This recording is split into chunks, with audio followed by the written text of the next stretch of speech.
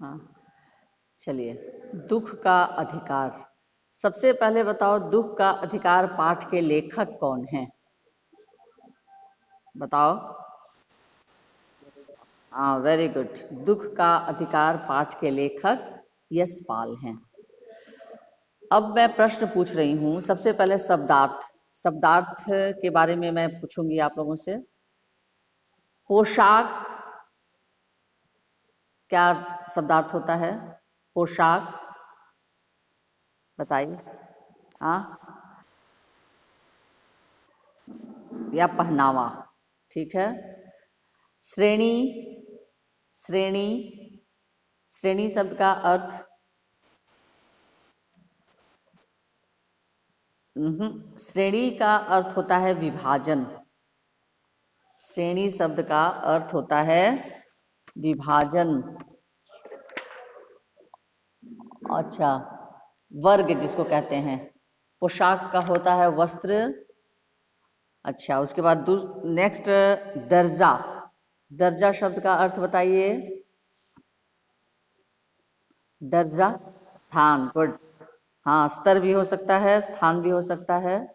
अनुभूति, अनुभूति, अनुभूति शब्द का एहसास, हाँ, अनुभव या एहसास। अड़चन, अड़चन, अड़चन शब्द का हाँ, बाधा या विघ्न, हाँ, बाधा या विघ्न। नेक्स्ट खास, खास शब्द का अर्थ बताइए। नहीं, खास शब्द का अर्थ होता है विशेष, स्पेशल, जिसको इंग्लिश में स्पेशल बोलते हैं। खास का होता है विशेष। कहते हैं ना कि आज कोई खास बात है क्या, कि तरह तरह के व्यंजन बने हैं, तो खास शब्द का अर्थ होता है विशेष। उसके बाद डलिया, डलिया शब्द का अर्थ बोलिए। टोकरी, जिसमें कोई सामान रखकर फल सब्जी वगैरह जो बेचे जाते हैं। बिक्री, बिक्री यानी बोलिए बेचना, बिकना या बेचना, गुड। नेक्स्ट वर्ड है घृणा, घृणा, घृणा यानी नफरत, वेरी गुड। व्यथा, व्यथा, व्यथा दुख पीड़ा, हाँ ठीक है। व्यवधान, व्यवधान, व्यवधान बाधा, हाँ, रुकावट भी हो सकता है, रुकावट। बेहया, बेहया, बेशर्म, हाँ हाँ, जिसमें कोई हया यानी कोई शर्म न हो। नियत, न दीर्घी का नियत, नियत इरादा, आशय, हाँ गुड। बरकत, बरकत, बरकत बोलो, लाभ, हाँ वृद्धि, हाँ गुड।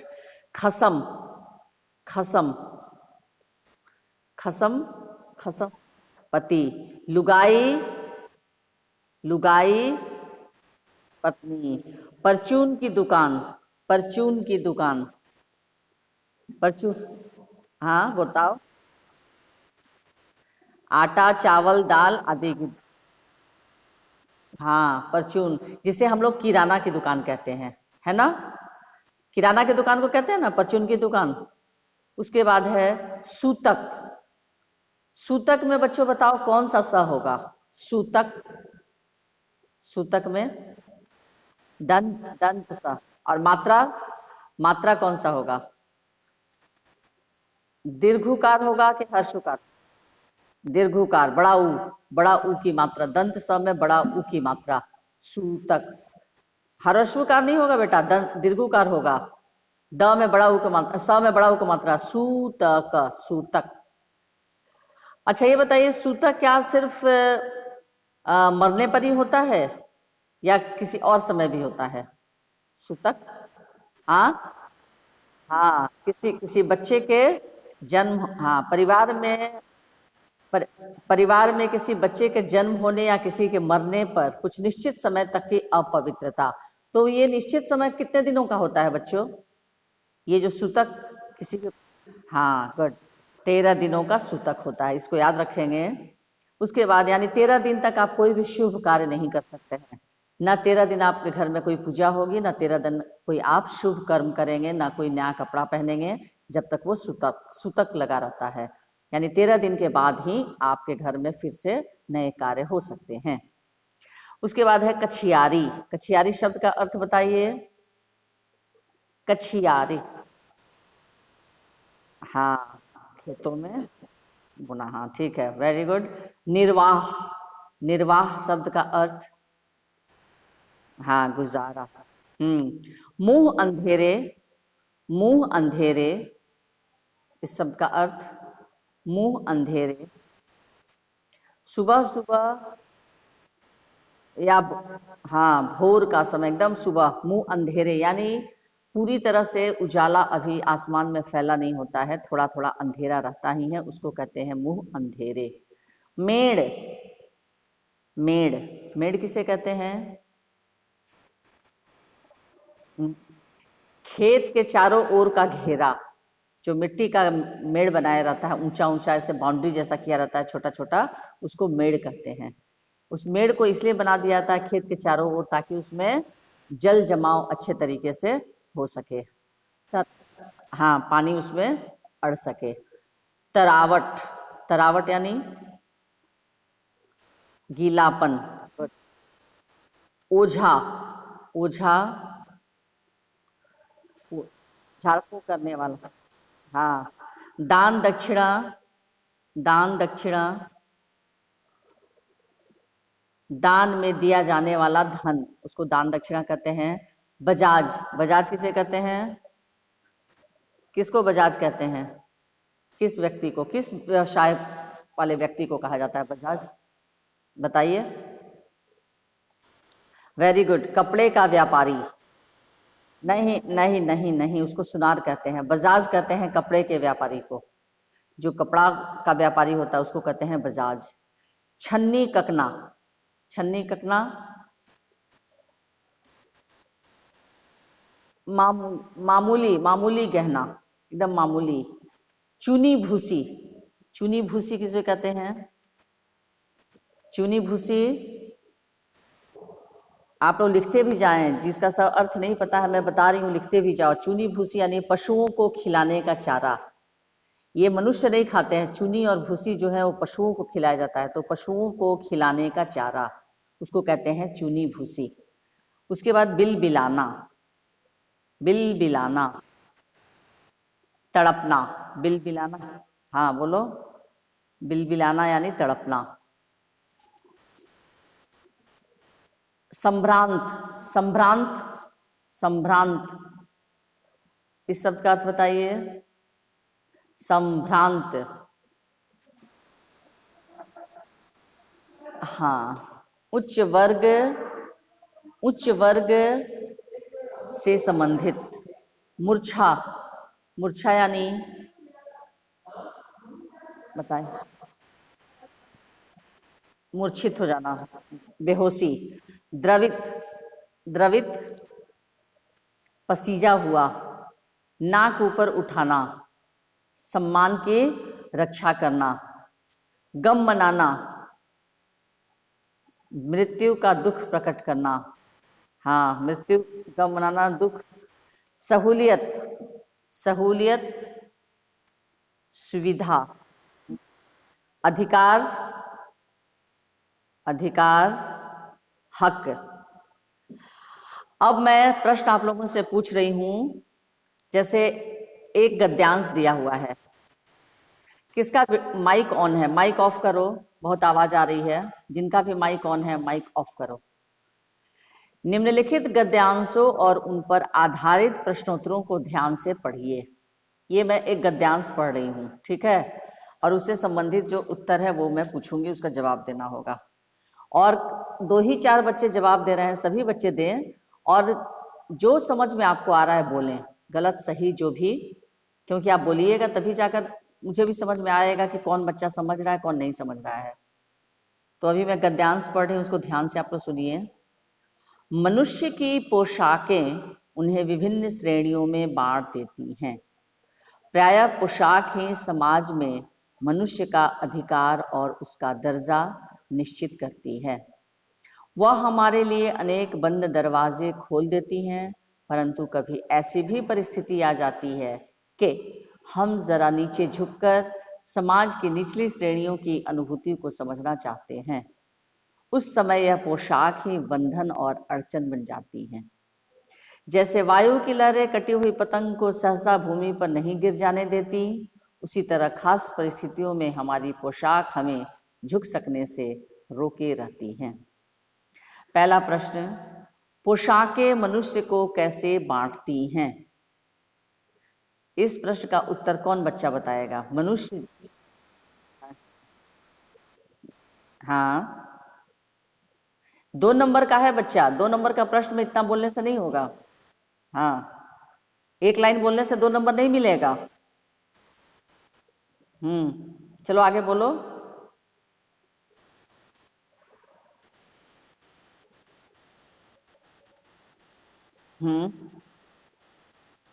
Very good.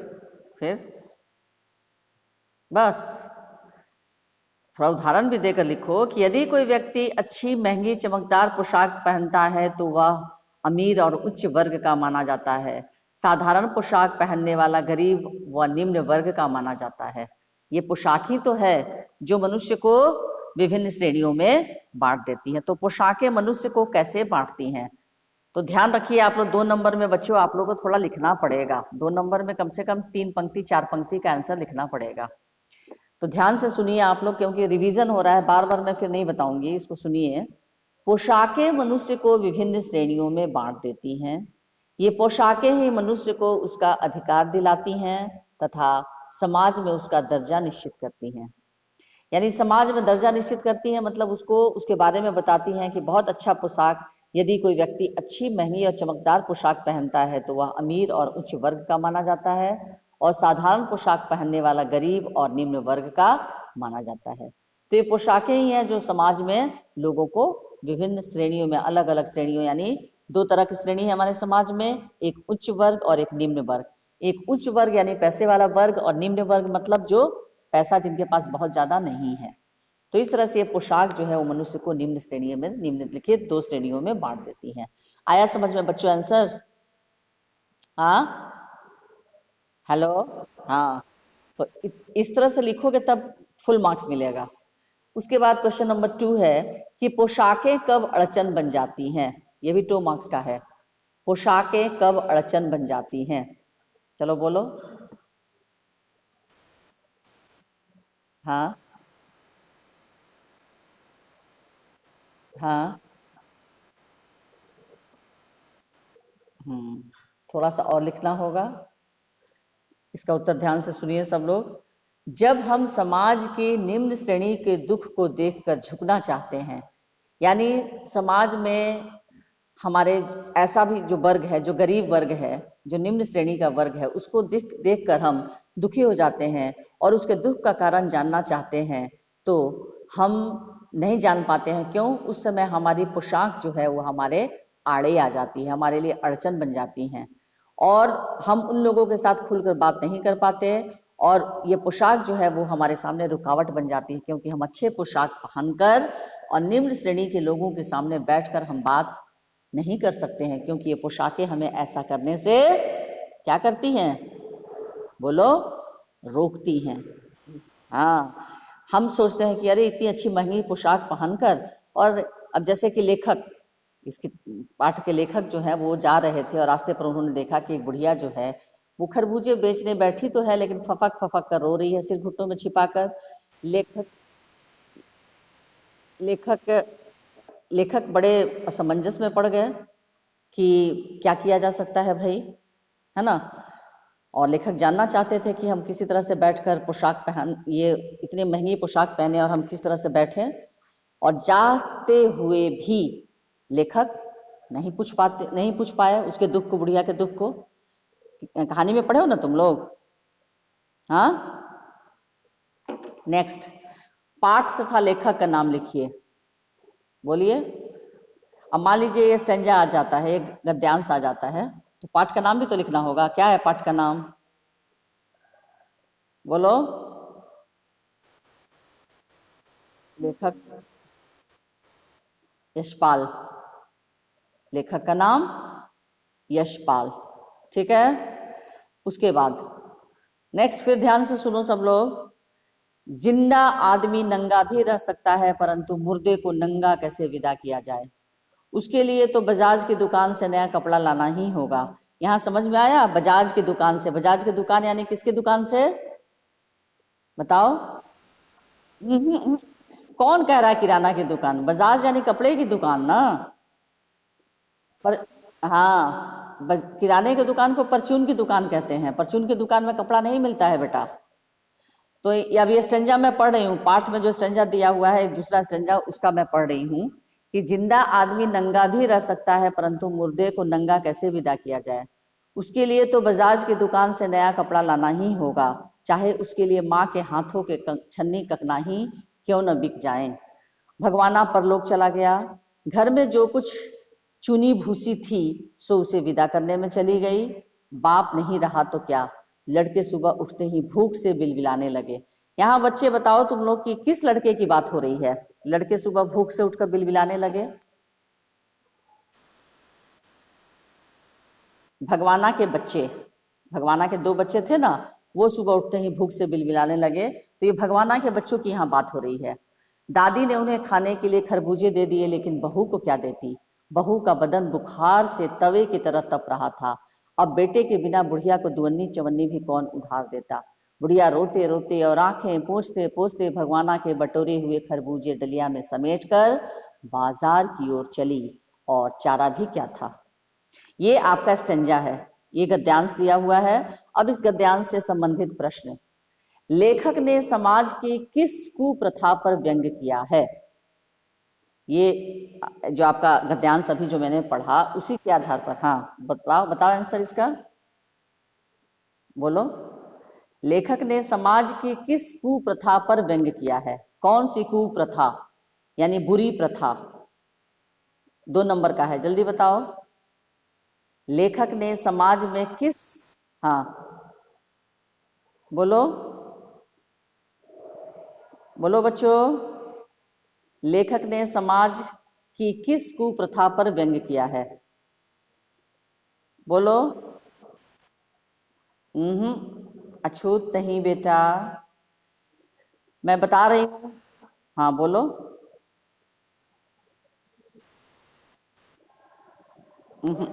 ध्यान से सुनिए आप लोग, या तो इसको लिख लीजिए, इसको लिख ही लीजिए तो ज्यादा अच्छा रहेगा, क्योंकि आप लोग आंसर समझ नहीं पा रहे हैं कि कहाँ क्या लिखना है। प्रश्न पहले लिखो, लेखक ने समाज की किस कुप्रथा पर व्यंग किया है? चलो, नोटबुक सब लोग सामने रखते हो ना? हाँ, नोटबुक लेकर बैठते हो ना सब तुम लोग? हाँ तो लिखो। हाँ हाँ जल्दी जल्दी से इस प्रश्न को लिखो कि लेखक ने समाज की किस कुप्रथा पर व्यंग किया है, और ब्रैकेट में लिख लो 2 अंक या 2 मार्क्स। लेखक ने समाज की किस कुप्रथा पर व्यंग किया है? लेखक ने समाज की किस कुप्रथा पर व्यंग किया है? अब रिवीजन के अंतर्गत मैं करवा रही हूँ रिवीजन, इसका आप लोग एकदम क्लियर होना चाहिए कि किस प्रश्न में क्या आंसर लिखना है। उठ पटांग आंसर तुम लोग नहीं बोलो। चलो लिखो, प्रश्न लिख लिए सब लोग। लेखक ने समाज की किस कुप्रथा पर व्यंग किया है? लिख लिए हो? चलिए अब आंसर मैं बोल रही हूं, उसको ध्यान से लिखिए। लेखक ने समाज की, लेखक ने समाज की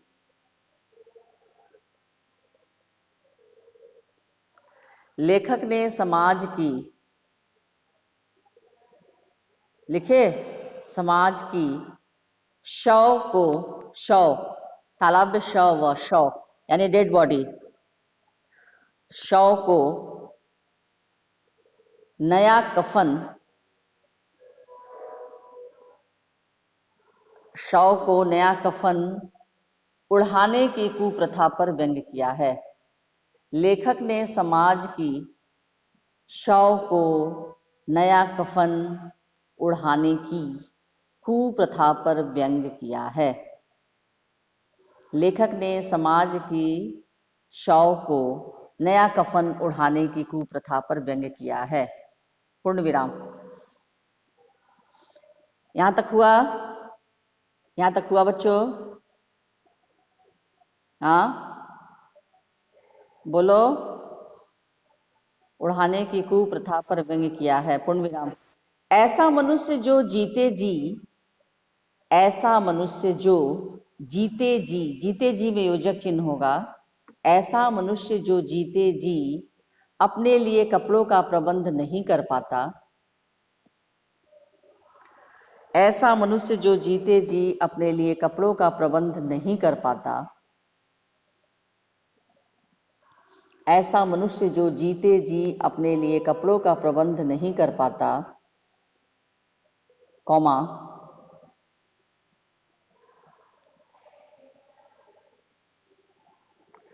उसके मरने पर उसे नया कफन दिया जाता है।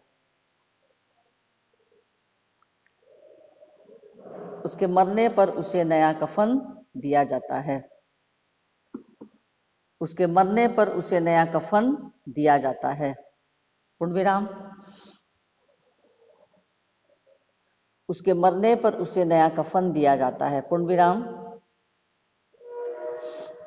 कफन जुटाने में, पूर्ण विराम के बाद, कफन जुटाने में चाहे परिवार वालों की, कफन जुटाने में चाहे परिवार वालों की छन्नी ककना ही क्यों न बिक जाएं, कफन जुटाने में चाहे परिवार वालों की छन्नी ककना, छन्नी ककना में योजक चिन्ह होगा, कफन जुटाने में चाहे परिवार वालों की छन्नी ककना ही क्यों न बिक जाएं, बिक जाएं, जा एक उपचंद बिंदु, कफन जुटाने में चाहे परिवार वालों की छन्नी ककना ही क्यों न बिक जाएं। पूर्ण विराम।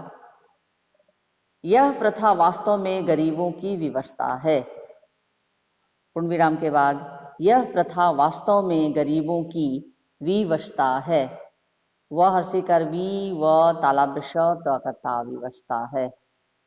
यह प्रथा वास्तव में गरीबों की विवशता है। पूर्ण विराम। हो गया बच्चों? ये प्रश्न का, इस प्रश्न का उत्तर लिख लिए सब लोग? हाँ, ये प्रश्न था कि लेखक ने समाज की किस कुप्रथा पर व्यंग्य किया है। तो ये 2 मार्क्स के लिए कि अगर कोई व्यक्ति जीवित रहता है और उसके शरीर पर एक भी वस्त्र नहीं रहता है, कपड़ा नहीं रहता है, लेकिन समाज जो है इस बात के लिए, इस बात की फिक्र, इस बात की चिंता नहीं करता है कि वह व्यक्ति नंग धड़ंग क्यों है, उस व्यक्ति के शरीर पर वस्त्र क्यों नहीं है, इस बात की समाज चिंता नहीं करता है। लेकिन हमारे समाज की सबसे बुरी प्रथा क्या है? अगर वही व्यक्ति मर जाता है तो उसको, उसके शरीर पर एक नया कफन, जो नया वस्त्र पहनाया जाता है उसे कफन कहते हैं। उस कफन को खरीदने के लिए यदि उसके परिवार में, उसके घर में कुछ भी है, उसको बेच करके वो कफन खरीदा जाता है। यानी जिंदा व्यक्ति को नंगा भी रखा जा सकता है, लेकिन मरे हुए व्यक्ति को नंगा कभी भी विदा नहीं किया जाता है। यानी उसको जलाने से पहले उसको कफन जरूर उड़ा दिया जाता है। तो ये हमारे समाज की बहुत बड़ी बुरी प्रथा है, कुप्रथा है। और यह प्रथा जो है वास्तव में गरीबों के लिए बहुत पीड़ादायक है, बहुत उनकी व्यवस्था है कि उन बेचारे के पास पेट भरने के लिए अनाज तो है नहीं, लेकिन एक शव जिसको दफनाना है या जलाना है, उसके ऊपर नया वस्त्र पहनाना ही पड़ेगा, नया वस्त्र उड़ाना ही पड़ेगा, चाहे कहीं से लाओ। तो ये हमारे समाज की कुप्रथा है और इसी कुप्रथा पर लेखक ने व्यंग्य किया है। दूसरा प्रश्न है, भगवाना की माँ के सामने कौन सी समस्या आ खड़ी हुई? चलिए बताइए जल्दी से, इस प्रश्न का उत्तर क्या होगा? भगवाना की माँ के सामने कौन सी समस्या आ खड़ी हुई? ये भी 2 अंक का है, बताइए।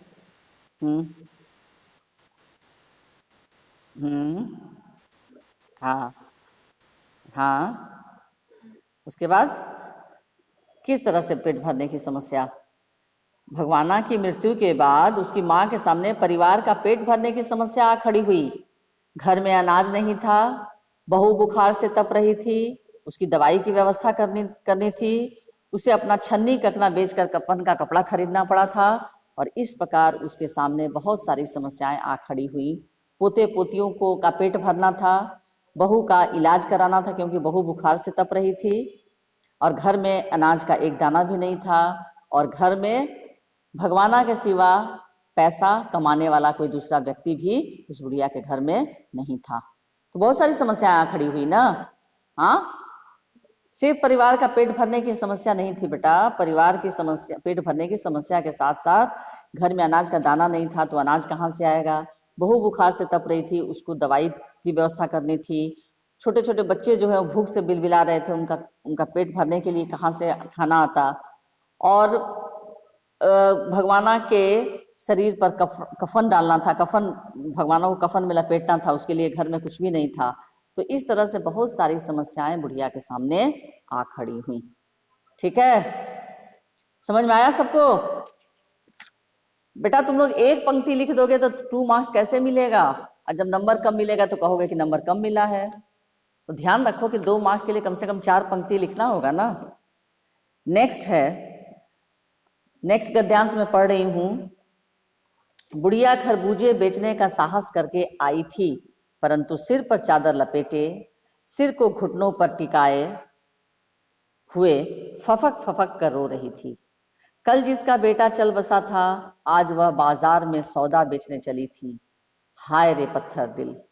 उस पुत्र वियोगिनी के दुख का अंदाजा लगाने के लिए पिछले साल अपने पड़ोस में पुत्र की मृत्यु से दुखी माता की बात सोचने लगा। अब लेखक यहाँ पर सोच रहे हैं कि वह संभ्रांत महिला पुत्र की मृत्यु के बाद 2.5 मास तक पलंग से न उठ सकी थी। उन्हें 15-15 मिनट बाद पुत्र वियोग से मूर्छा आ जाती थी, और मूर्छा न आने की अवस्था में आंखों से आंसू न रुक सकते थे। 2-2 डॉक्टर हरदम सिरहाने बैठे रहते थे, हरदम सिर पर बर्फ रखी जाती थी। शहर भर के लोगों के मन में उस पुत्र शोक से द्रवित हो उठे थे। जब मन को सूझ का रास्ता नहीं मिलता तो बेचैनी से कदम तेज हो जाते हैं। उसी हालत में नाक ऊपर उठाए राह चलतों से ठोकरे खाता मैं चला जा रहा था। सोच रहा था, शोक मनाने, गम मनाने के लिए भी सहूलियत चाहिए, और दुखी होने का भी एक अधिकार होता है। अब यहाँ प्रश्न है बच्चों कि बुढ़िया को पत्थर दिल क्यों कहा गया है और वह क्यों रो रही थी। चलिए इस प्रश्न का उत्तर बताइए कोई, कि बुढ़िया को पत्थर दिल क्यों कहा गया है और वह क्यों रो रही थी। 2 मार्क्स का है, बताओ। बुढ़िया को पत्थर दिल क्यों कहा गया था? हाँ हाँ हाँ, वेरी गुड। ये तो शुरुआत तुमने बहुत अच्छी बात कही कि बुढ़िया के बेटे के, जवान बेटे की मृत्यु हुई थी और उसे दूसरे दिन ही बाजार जाना पड़ा था। तो बुढ़िया की स्थिति से अनजान लोगों ने उसे पत्थर दिल कहा। क्या सभी ने उससे पत्थर दिल कहा? नहीं। जिन लोगों को उसके बारे में पता नहीं था, सिर्फ लोगों को यह पता था कि इसके जवान बेटे की कल मृत्यु हो गई। लेकिन लोगों को इतना ही पता था कि एक दिन पहले उसके जवान बेटे की मृत्यु हुई है और अगले दिन वह खरबूजे बेचने आ गई है। उसे लोगों ने ममताहीन माँ समझा, परंतु वे उसकी मजबूरी न समझ सके। बुढ़िया इसलिए रो रही थी क्योंकि उसका जवान बेटा मर गया था। ठीक है, बुढ़िया क्यों रो रही थी? तो बुढ़िया इसलिए रो रही थी कि उसका जवान बेटा मर गया था और घर में उसके सिवा कमाने वाला कोई दूसरा व्यक्ति नहीं था। और लोगों ने उसे पत्थर दिल इसलिए कहा क्योंकि लोग उसकी स्थिति से अनजान थे। लोगों को सिर्फ यह पता था कि इसका जवान बेटा मर गया है और आज यह बाजार में खरबूजे बेचने इसे आना पड़ा, बस। ठीक है, संभ्रांत महिला के दुख को दूर करने के लिए कैसे कैसे प्रयत्न किए गए। चलिए इसका आंसर बताइए। संभ्रांत महिला के दुख को दूर करने के लिए कैसे कैसे प्रयत्न किए गए, बोलो। एक और बुढ़िया है ना? हाँ हाँ बोलो। संभ्रांत महिला के दुख को कम करने के लिए 2-2 डॉक्टर हमेशा उसके सिरहाने बैठे रहते थे।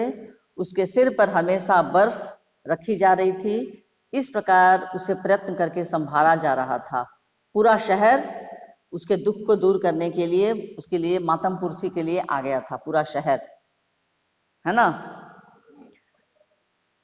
ठीक है, उसके बाद नेक्स्ट प्रश्न। परचून की दुकान पर बैठे लाला जी ने कहा। अब ये मैं फिर स्टंजा पढ़ रही हूँ, गद्यांश पढ़ रही हूँ कि परचून की दुकान पर बैठे लाला जी ने कहा, अरे भाई, उनके लिए मरे जिए का कोई मतलब न हो, पर दूसरे के धर्म ईमान का तो ख्याल करना चाहिए। जवान बेटे के मरने पर 13 दिन का सूतक होता है और वह यहाँ सड़क पर बाजार में आकर खरबूजे बेचने बैठ गई है।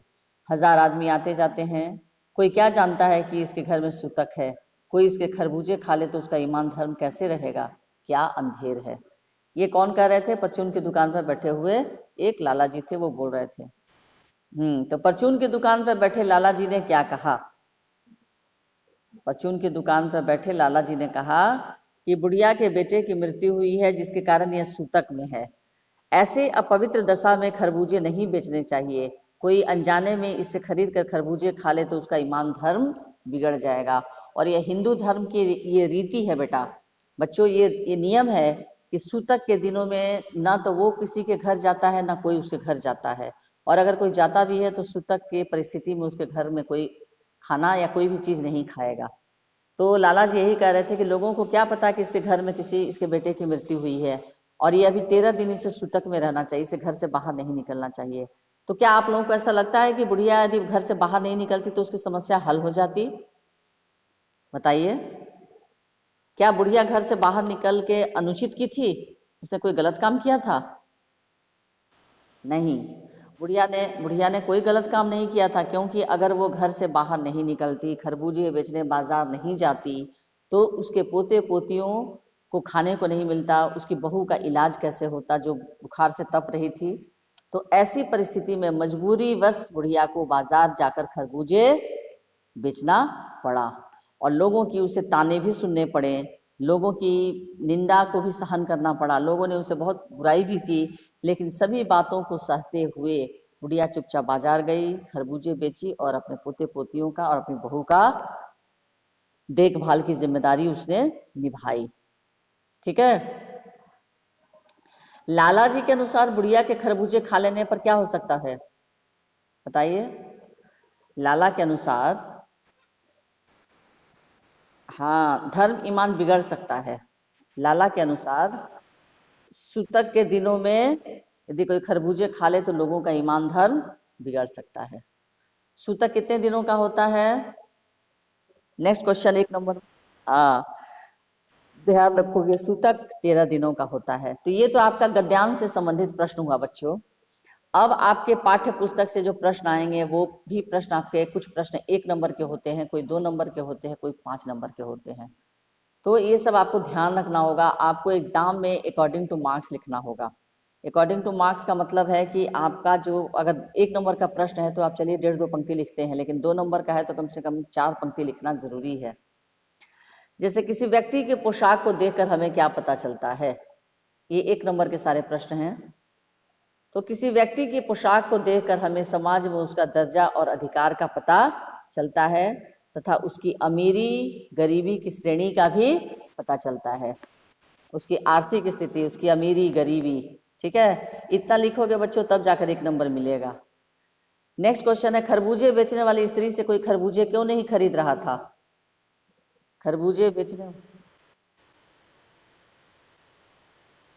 हाँ, खरबूजे बेचने वाली स्त्री से कोई खरबूजे इसलिए नहीं खरीद रहा था क्योंकि वह घुटनों में सिर गड़ाए फफक फफक कर रो रही थी। उसके बेटे की मृत्यु के कारण लगे सूतक के कारण लोग इससे खरबूजे नहीं ले रहे थे। बुढ़िया खरबूजे बेचने तो बाजार आ गई थी, लेकिन लोगों को पता चल गया था कि इसके जवान बेटे की मृत्यु हो गई है और इसके घर में सूतक चल रहा है, इसलिए लोग उसे खरबूजे नहीं खरीद रहे थे, क्योंकि लोगों को भय था कि उनका धर्म क्या हो जाएगा? धर्म भ्रष्ट हो जाएगा, धर्म बिगड़ जाएगा, भ्रष्ट हो जाएगा। हाँ। नेक्स्ट क्वेश्चन है, उस स्त्री को देखकर लेखक को कैसा लगा? यहाँ उस स्त्री से क्या तात्पर्य है? उस स्त्री है बुढ़िया, भगवाना की माँ, जो बाजार में खरबूजे बेचने आई थी। तो उस स्त्री को देखकर लेखक को कैसा लगा? हाँ।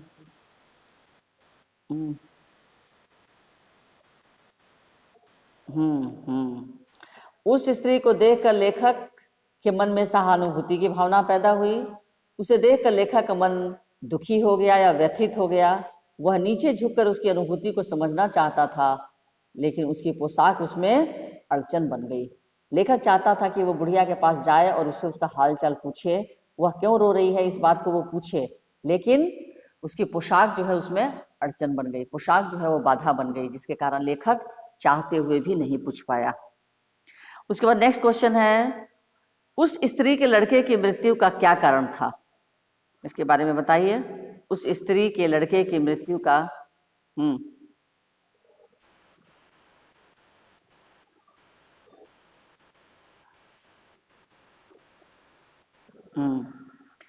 इसको थोड़ा और बड़ा करके बोलना है। उस स्त्री का लड़का 23 वर्ष का था जिसका नाम भगवाना था। भगवाना शहर के पास 1.5 बीघा जमीन पर खेती करके परिवार का गुजारा करता था। एक दिन सुबह मुंह अंधेरे खेत में बेलों से पके खरबूजे चुन रहा था कि गीली मेड़ की तरावट में आराम करते हुए एक सांप पर उसका पैर पड़ गया और सांप ने लड़के को डस लिया। ओझा के झाड़ फूंक आदि का उस पर कोई प्रभाव न पड़ा और उसकी मृत्यु हो गई। तो यहाँ पर है उस लड़के की मृत्यु का कारण क्या था। तो कम से कम 2 नंबर में बच्चों या 1 नंबर के लिए इतना आपको लिखना पड़ेगा कि वो अपने परिवार का गुजारा करता था कछियारी करके, और एक दिन सुबह जब वो खेतों से पके बेलों में से पके खरबूजे तोड़ रहा था कि एक सांप ने उसे डस लिया। नेक्स्ट क्वेश्चन, बुढ़िया का कोई भी क्यों उधार नहीं देता था।